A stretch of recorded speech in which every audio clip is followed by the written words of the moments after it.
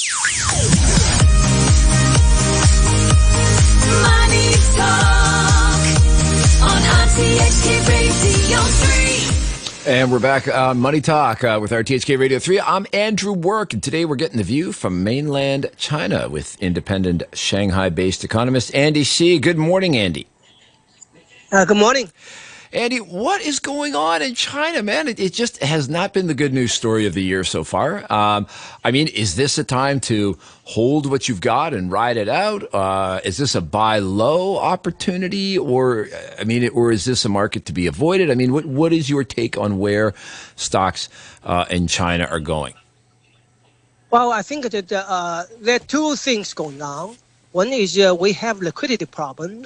China is kind of deflating the property market, but it is doing so in a way that it wants to facing the economic impact gradually. So it's limiting the liquidity of the property sector. Like land is basically you cannot sell.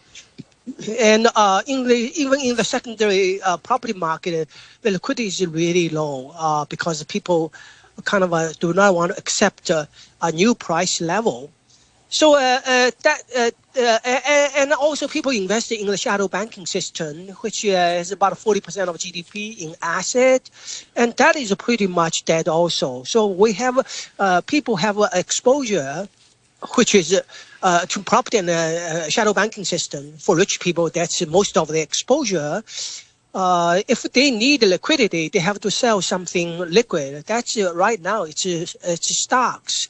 That is called the Minkowski phenomenon, and I expect that this liquidity issue is not going to be resolved, and the stock market will stay low for quite a while. This is the first issue. The second issue is China is restructuring from the old economy towards a new one. The old economy was really heavy in property and speculative finance, very speculative stuff, and was 25% of GDP in nominal value. And most people, rich people, made money from there. The government is shifting resources to technology, to the companies that are shifting towards brand and selling in the global market. So China is more and more becoming like a normal developed economy. You have your own technologies. Instead of working for global companies, you compete against global companies. So the new champions of China are going to be very different from what I have seen in the past. So even though some of the stocks are cheap, probably these companies are not going to be around. And you want to look towards the new champions who are in technology, in brand. Like the EV is a good sector. It's very competitive, and I think there's a lot of pressure on the profitability. But over time, some will become the largest auto companies in the world. Similarly, in the semiconductor sector, is the same. So you've given me a lot to unpack there. Your two big themes are the problems in the property sector are tied up with, are huge on their own, have deep ties to the shadow banking economy, which is also depressing stocks.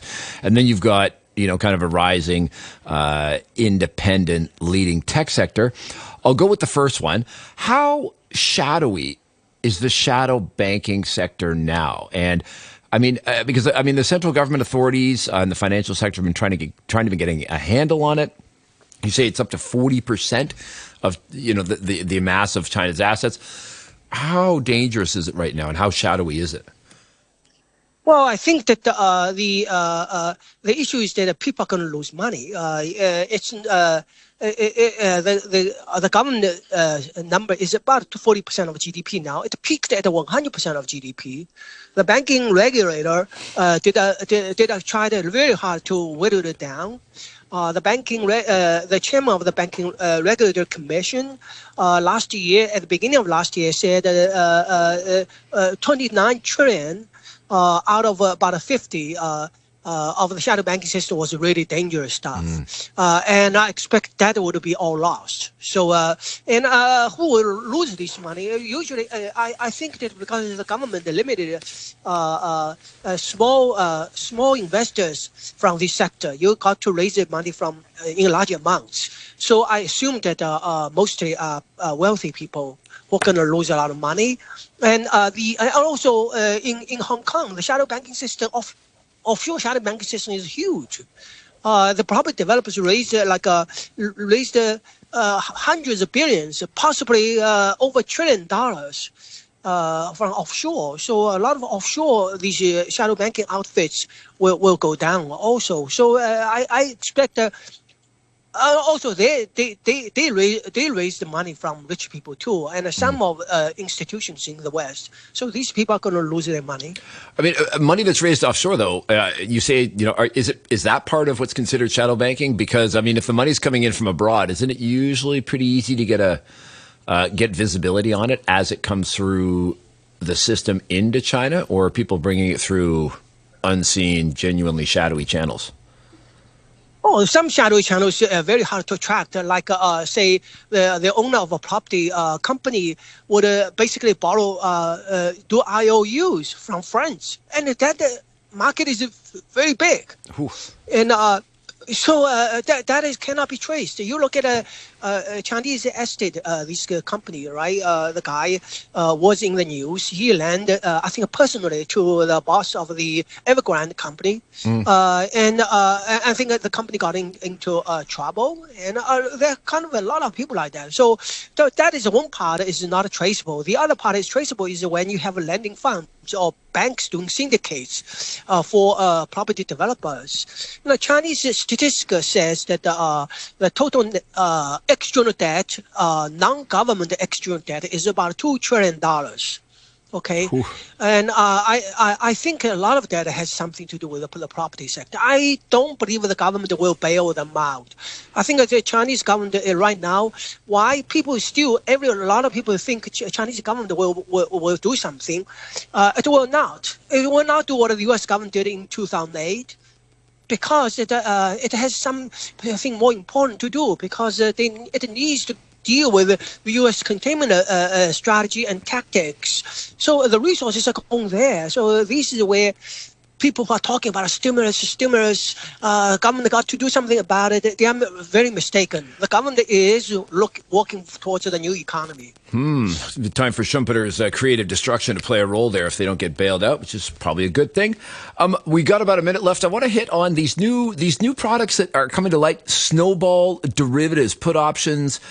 Where people make a bet on the market, and when things drop below a certain level, especially in the CSI Small Cap 500 or the CSI 1000, then they sell futures contracts, and then could maybe like they say, a snowball rolling down a hill turns into a giant avalanche.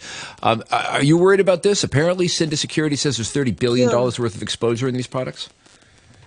Well, is it possible? 30 billion is not really a large number in the overall scheme of things.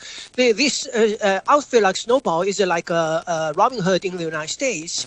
It makes derivatives easily available to retail investors. And that is really dangerous, because derivative is really about when the market is not doing something, they sell these. They ask retail investors to sell options. Yeah, it could. So when you sell, you sell options because you collect some kind of a so-called premium. That is basically you're providing insurance to the market. Sure. That it's not going.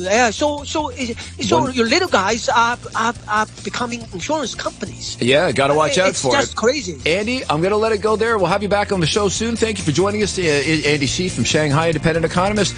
Quick.